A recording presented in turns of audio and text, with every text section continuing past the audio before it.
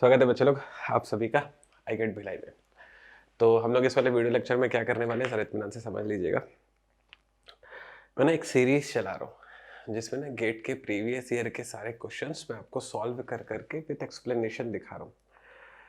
ये बहुत आराम से ना किया जा सकता था कि आपको पीडीएफ बना के हम शेयर कर लेते हैं, आप गूगल करेंगे तो आपको पीडीएफ मिल भी जाएगी और वो शायद कम्प्लीटली सॉल्व भी हो। लेकिन इस वाली बात को समझिए, मैं ना सिर्फ इस वाले क्वेश्चन का सॉल्यूशन नहीं देने वाला हूँ। मैं ना इस तरह के जितने क्वेश्चन सॉल्व हो सकते हैं ना, सभी के सभी का आपको सॉल्यूशन देने वाला हूँ। तो इससे होगा क्या, इससे ये होगा कि इसके अराउंड की सारी चीज़ें इस वाले वीडियो लेक्चर में मैं आपके साथ डिस्कस कर लूँगा।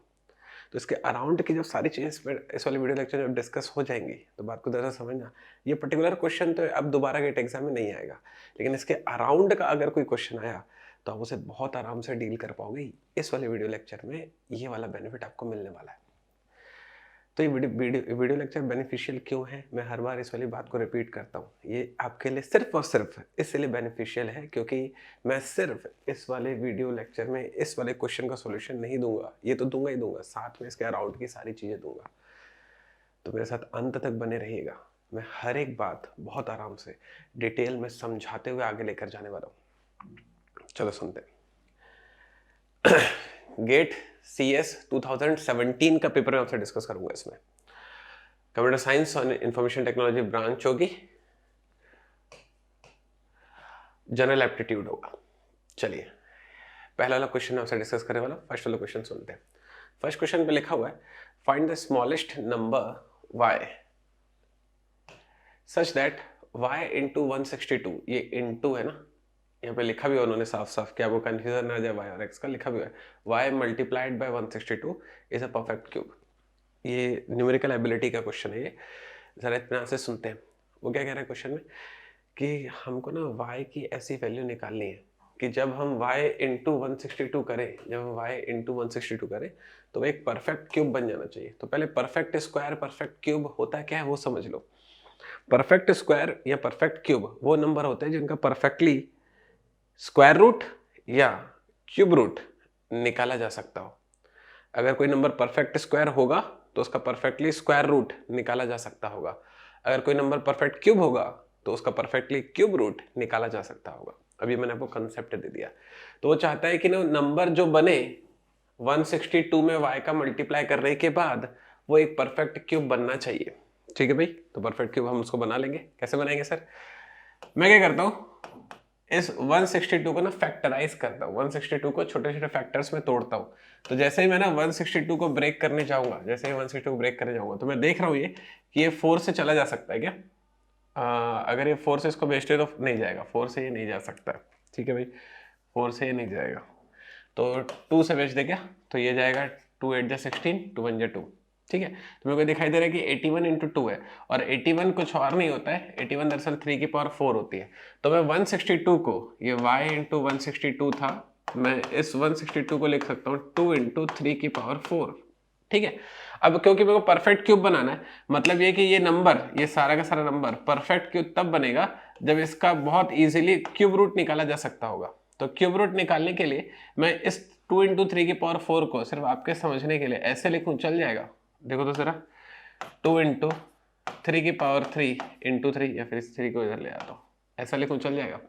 ठीक है, कंफर्टेबल है यहाँ तक अपन?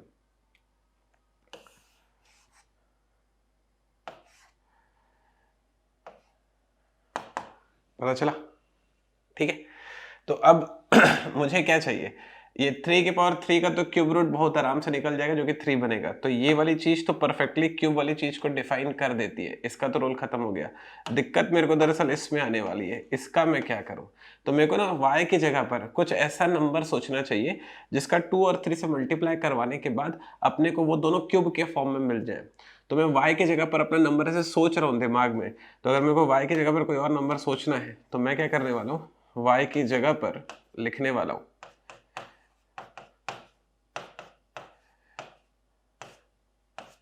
मैं y की जगह पर लिखने वाला हूँ, y की जगह पर ऐसा नंबर लिखूं जिससे ये दोनों भी क्यूब के फॉर्म में कन्वर्ट हो जाए। तो y की जगह पर मैं लिखने वाला हूँ 2 स्क्वायर और y की जगह पर मैं लिखने वाला हूँ 3 स्क्वायर। तो अगर मैंने y की जगह पर 2 स्क्वायर और 3 स्क्वायर अगर लिख दिया तो इससे क्या होगा, y की जगह पर अगर मैं 2 स्क्वायर 3 स्क्वायर लिखता हूँ तो ये 2 स्क्वायर और 2 क्यूब बन जाएगा, 3 स्क्वायर और 3 क्यूब बन जाएगा। तो इसका मतलब इसका फिर परफेक्टली क्यूब रूट निकाला जा सकता होगा। अगर इसका परफेक्टली क्यूब रूट निकाल लोगे तो ये वाला नंबर फिर परफेक्ट क्यूब कहलाएगा। तो मैंने क्या किया, मैंने y की जगह पर 2 स्क्वायर और 3 स्क्वायर पुट किया। तो उसने बोला था कि y की जगह पर कौन सा नंबर होना चाहिए, y की स्मॉलेस्ट वैल्यू क्या होनी चाहिए ताकि वो जो नंबर है परफेक्ट क्यूब बन जाए। तो परफेक्ट क्यूब बनाने के लिए हमको y की जगह पर बच्चे लोग 2 स्क्वायर और 3 स्क्वायर पुट करना होगा। तो y की जगह पर अगर मैंने 2 स्क्वायर और 3 स्क्वायर पुट किया तो सारा का सारा नंबर परफेक्ट क्यूब कहलाएगा। ये वाला नंबर परफेक्ट क्यूब होगा फिर, ठीक है।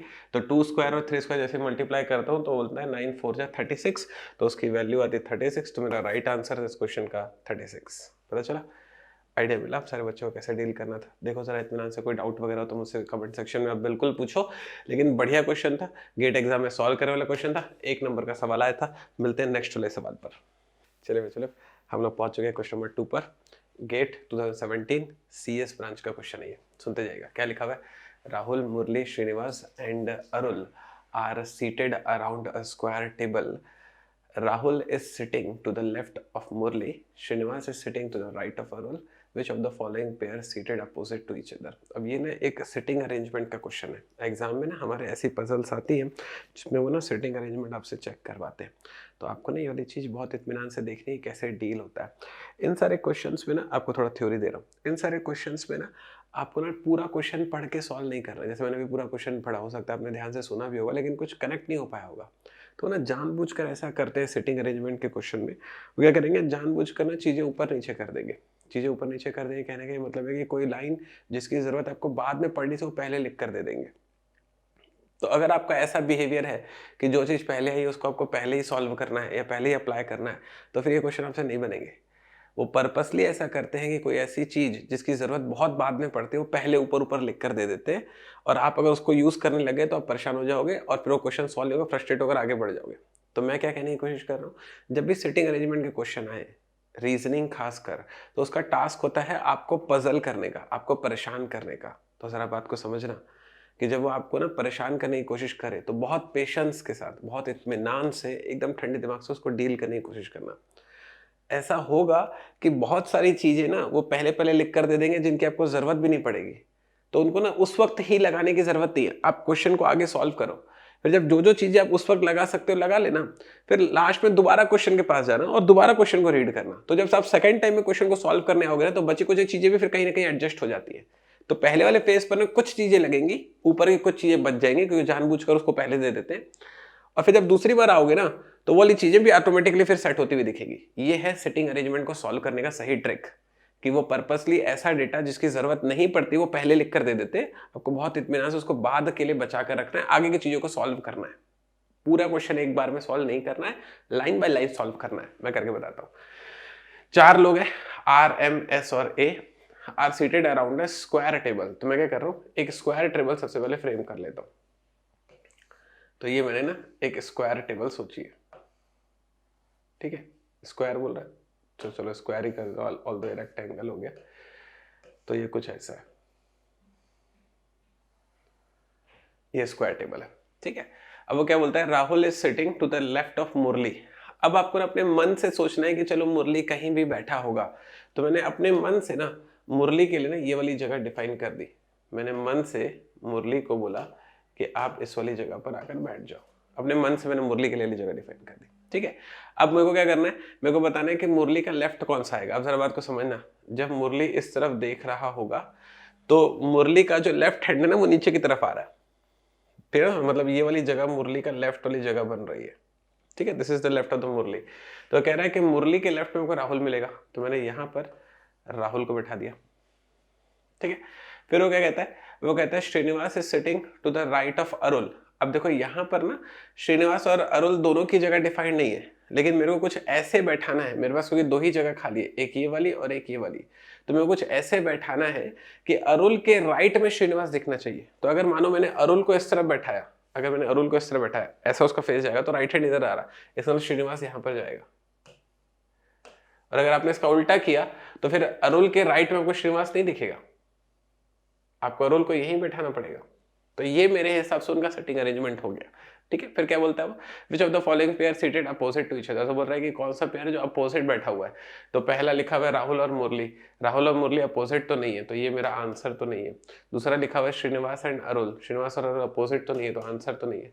Srinivas and Murali, Srinivas and Murali opposite है। फोर्थ वाला श्रीनिवास और राहुल अपोजिट नहीं है, ये भी आंसर नहीं है। तो मेरा राइट आंसर क्या है, सी। बहुत स्ट्रेट, बहुत आसान, बहुत ही सीधा सा रीजनिंग का ये सीटिंग अरेंजमेंट का क्वेश्चन था, जो कि आप सारे बच्चों से बन सकता था। देखो गेट एग्जाम में ना एकदम कोई टॉप लेवल के क्वेश्चन नहीं आते हैं, लेकिन हाँ कंसेप्चुअल क्वेश्चन आते हैं। थोड़ा सा पेशेंस रख के इत्मीनान से अगर डील करो तो आपसे सारे क्वेश्चन सॉल्व हो सकते हैं, मेरा प्रॉमिस है आपसे। मुलाकात करते हैं नेक्स्ट वाले क्वेश्चन पर।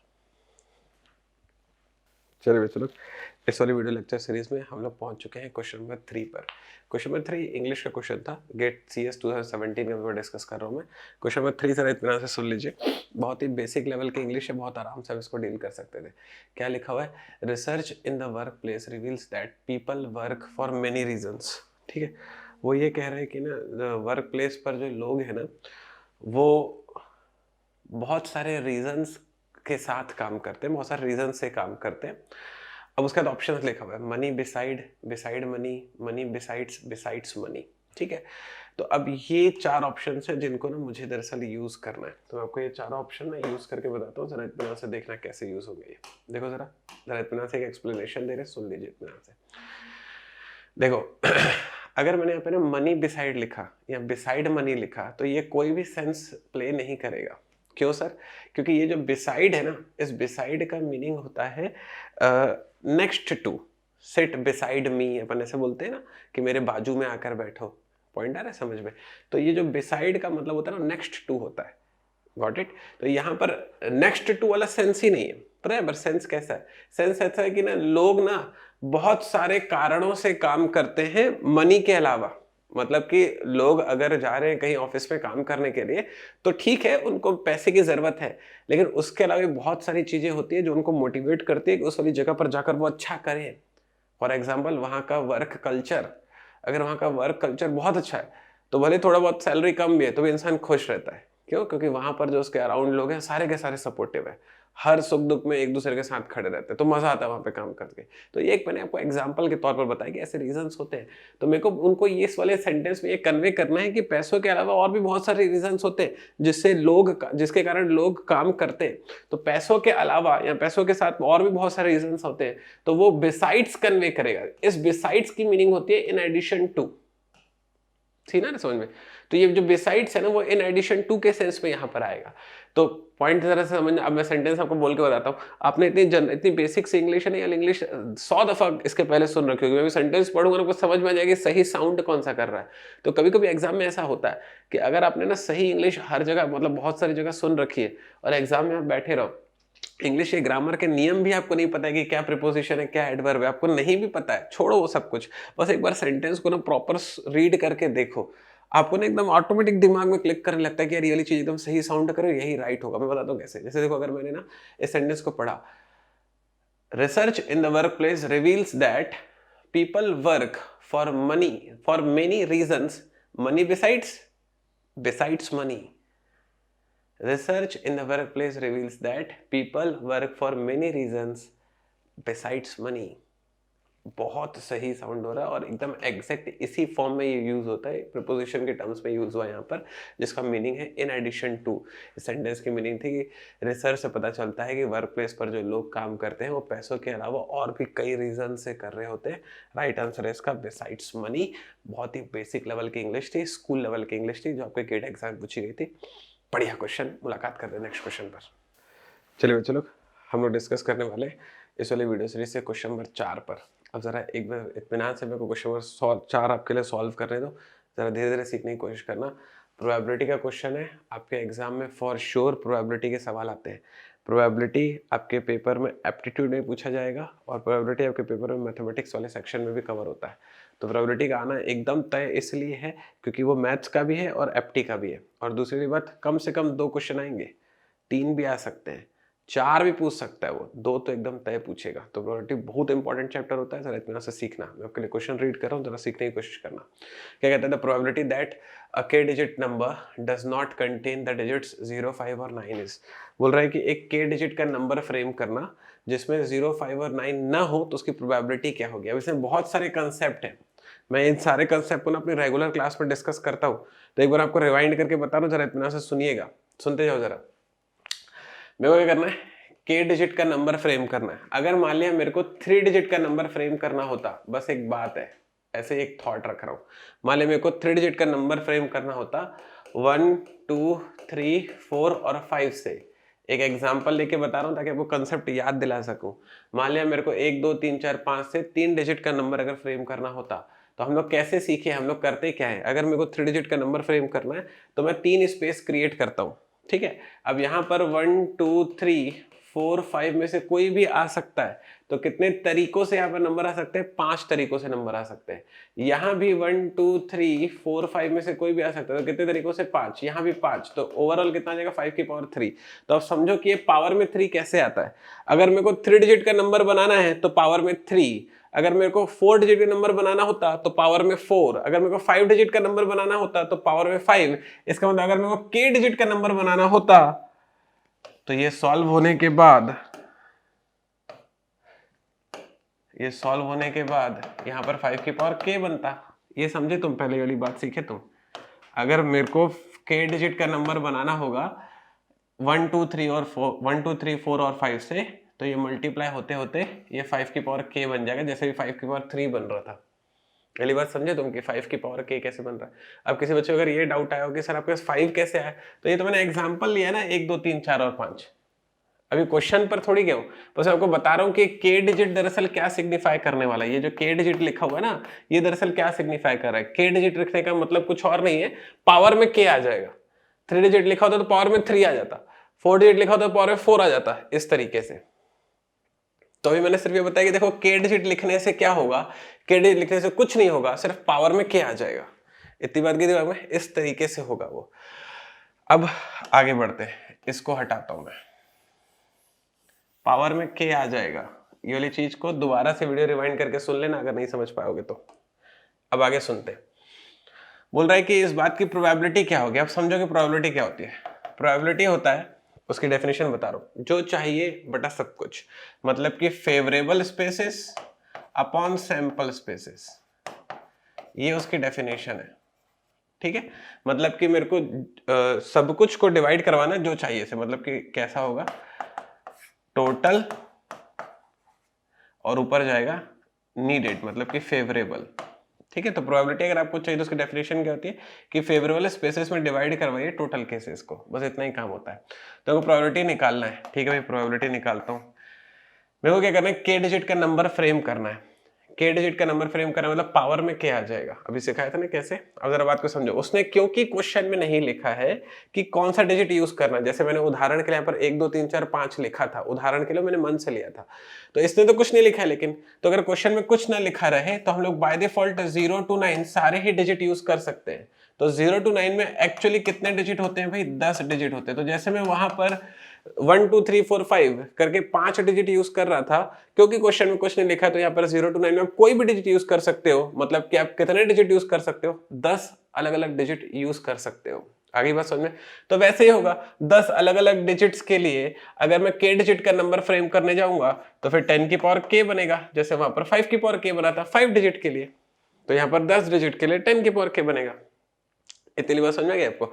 अब मेरे को इस 10 डिजिट में 0 to 9 में मेरे को 0, 5 और 9 को यूज नहीं करवाना है, तो टोटल 10 डिजिट होते हैं, जिसे मेरे को ये 3 डिजिट रोकने हैं। तो 10 में से अगर 3 डिजिट को रोकूंगा तो कितने डिजिट बचेंगे, 7 डिजिट बचेंगे। तो मेरे को ना 7 डिजिट यूज करने के लिए मिल रहे हैं। पॉइंट है ना आपको समझ में। तो मुझे 7 डिजिट यूज करने के लिए मिल रहे हैं और मेरे को इन 7 डिजिट से अब k डिजिट का नंबर बनाना है। तो जब 5 डिजिट से बना रहा था तो 5 की पावर k, 10 डिजिट से बना रहा था 10 की पावर k, अब 7 डिजिट से बनाना होगा तो क्या लिखूंगा, 7 की पावर k। एग्री करते हो। तो जैसे मैं इसको सॉल्व करूंगा तो ये आएगा 0.7 की पावर k। एग्री। यहाँ पर थोड़ा टाइपिंग में एरर हो गया, ये सारा कुछ पावर में है, और थोड़ा थोड़ा कभी थोड़ा सा ह्यूमन एरर रहता है, कोई बड़ी चीज़ नहीं है वो। तो ये सारा कुछ पावर में, तो यहाँ पर 0.3 की पावर के, 0.6 की पावर के, 0.7 की पावर के, 0.9 की पावर के ऑप्शंस में लिखा हुआ है। मेरा आ रहा है 0.7 की पावर के, जो कि राइट आंसर है सी। तो इस वाले क्वेश्चन का एकदम सही आंसर था सी। जरा इत्मीनान से देखो, प्रोबेबिलिटी का क्वेश्चन था, बढ़िया क्वेश्चन है, एग्जाम में पूछा जाने वाला क्वेश्चन है। ऐसे क्वेश्चन आपको एकदम एग्जाम में पूछे जाते हैं भाई। अब जरा इस वाली बात को सुनना, तो जो मैं कहने की कोशिश कर रहा हूँ, जरा इस वाली बात को सुनना। दरअसल क्या होता है कि अगर ना पीएनसी प्रोबेबिलिटी की ना बेसिक कंसेप्ट अगर क्लियर ना हो तो समझने में या फिर सॉल्व करने में कष्ट होता है। अब मैं आपके लिए एक छोटा सा अनाउंसमेंट दे रहा हूँ, मतलब एक छोटे सा आपकी हेल्पफुल के लिए एक चीज आपसे शेयर कर रहा हूँ। इसी वाले चैनल के प्लेलिस्ट में जब आप जाओगे, इसी वाले चैनल के प्लेलिस्ट में जब आप जाओगे, तो उसमें पीएनसी और प्रोबेबिलिटी का ना अलग से पूरा कॉलम बना हुआ है। पीएनसी के आपको कुछ वीडियोस दिखेंगे, 25-30 वीडियोस होंगे, और वैसे को प्रोबेबिलिटी के आपको वीडियोस दिखेंगे 14-15 वीडियोस उसके भी होंगे। तो मैंने ना इसी वाले चैनल में पीएनसी और प्रोबेबिलिटी में बहुत ही बेसिक से एकदम जीरो से ना एक एक छोटी छोटी चीज बहुत आराम से एक्सप्लेन की है। ये वाले क्वेश्चन में जो मैंने कंसेप्ट बनाया था ना अभी ये वाला, ये भी उसमें मैंने एक्सप्लेन किया हुआ है। तो आप जाइए इत्मीनान से जाकर ना उस पूरे के पूरे वीडियोस को सुनिए। अगर आपको ये कंसेप्ट समझने में कष्ट हुआ है तो आपका पीएनसी और प्रोबेबिलिटी वो वीडियोस देख लेने के बाद one of the strongest topic होगा, ये मेरा प्रॉमिस है आपसे। इत्मीनान से सारे वीडियोस देखते हैं ना, नोट्स बनाते हुए जाना, मजा आ जाएगा आपको पीएनसी और प्रोबेबिलिटी पढ़ के। ठीक है, मुलाकात करते हैं नेक्स्ट वाले क्वेश्चन पे। चलिए बच्चों लोग, हम लोग पहुंच चुके हैं क्वेश्चन नंबर 5 पर। देखो क्वेश्चन नंबर 5 क्या कहता है, ये भी इंग्लिश का क्वेश्चन था। एक बार इंग्लिश आपको पढ़ के बता देता हूँ, देखो कैसा सेंटेंस में क्या बोल रहा है। और एक बार ना मेरे आंसर देने के पहले आप एक बार खुद से आंसर सोचा करो। ये वीडियो पॉज करके ना थोड़ा सा समय लगे तो समय दिया करो।